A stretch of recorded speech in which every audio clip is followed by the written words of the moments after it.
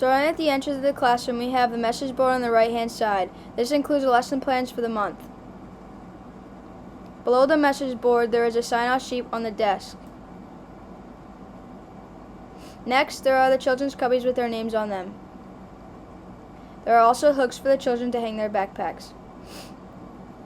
After the cubbies, there is a teacher's desk that she uses for circle time. On the desk, there are books and other calendar pieces. On the bulletin board, there is a calendar in place that children use for their attendance. There is also a daily schedule posted on the bulletin board. To the side of the bulletin board, there is a TV and a computer for the children to play math games and all sorts of games on it. Next is a bookshelf. The books are for children to read before and after lunch.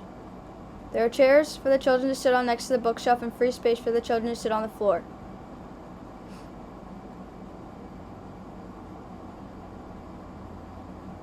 After the book area, there is a dramatic play area with tables and chairs for the children to interact. In the dramatic play area, there is a stove and a refrigerator. Besides the dramatic play area, there is a shelf with different math materials and dress up. On the stove, in the sink, there is a cash register for the children can play with, and there's money inside. Below the stove, there are 4 cabinets where the food is located. Next, we have another shelf that has blocks and houses for children to count and play with and use for table time.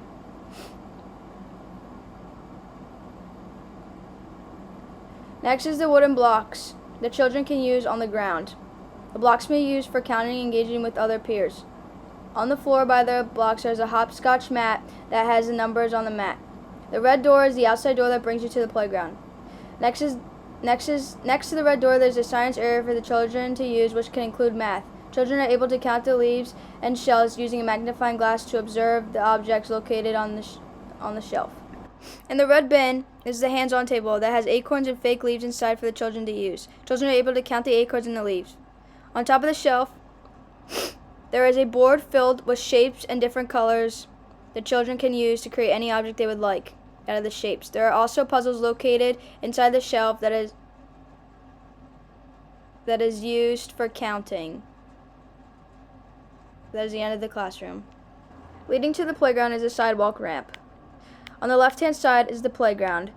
The playground is used for ages preschool to school age. On the playground, there are steps and slides for the children to use. There is also a bridge for the children to walk across. The children use the playground to play hide and seek.